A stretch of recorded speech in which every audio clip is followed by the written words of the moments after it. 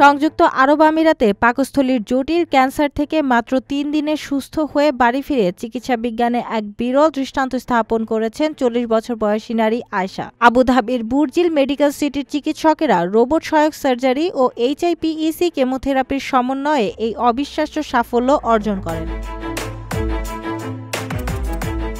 দীর্ঘদিন তীব্র পেট ব্যথায় ভোগা আয়েশার শরীরে অ্যাডভান্স স্টেজের ক্যান্সার ধরা পড়ে, যা পাকস্থলী ছাড়িয়ে পেটের আস্তরণেও ছড়িয়ে পড়েছিল। ডাক্তার মোহাম্মদ আদিলের নেতৃত্বে একটি বিশেষজ্ঞ দল দ্রুত ৬ ঘণ্টার জটিল অস্ত্রোপচার পরিচালনা করেন।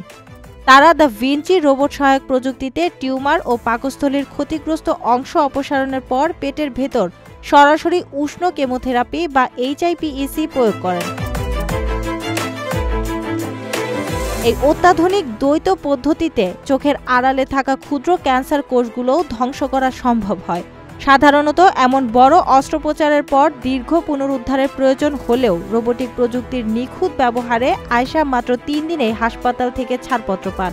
চিকিৎসকরা এই ঘটনাকে ক্যান্সার চিকিৎসায় একটি গুরুত্বপূর্ণ মাইলফলক হিসেবে অভিহিত করেছেন।